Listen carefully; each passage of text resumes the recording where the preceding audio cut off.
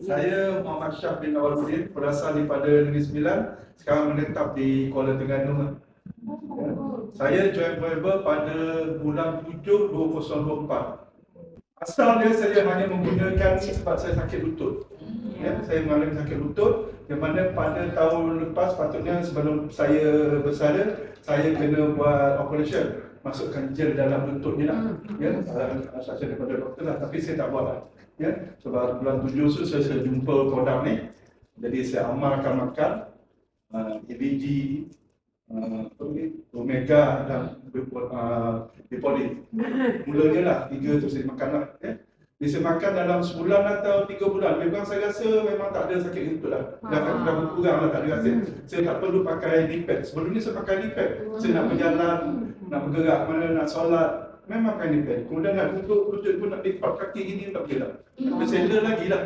Memang sakit. Pakai knee-pad pun rasa sakit. So saya terus amalkan. Dan pertama saya ikut program K9 ni tahun lepas. Dan yang kedua yang baru ni lah.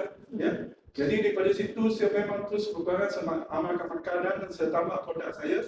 Daripada Bipolin saya jadikan tambah Bipolis, saya tambah Herbalife, saya tambah vitamin C, dan sekarang ni saya tambah kalsium dan royal jelly.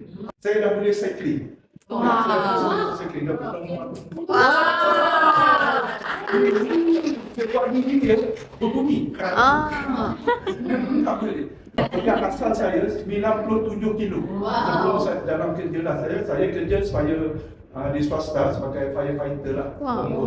Jadi banyak pergerakan ya. Banyak panggilan dia apa semua power ni. Memang tak boleh. Jadi sepadan ni alhamdulillah saya amalkan. Sekarang ni saya dah bersara. Jadi saya lepas ni, tu hari saya buat exercise, saya dah confident. Mana saya dah boleh berlari. Memang tak ada sakit. Memang hari ini saya dah rasa sehat. Dan berat saya pun dah lebih kurang 6 tahun 4 bulan ni, saya dah turun hampir 12 kilo.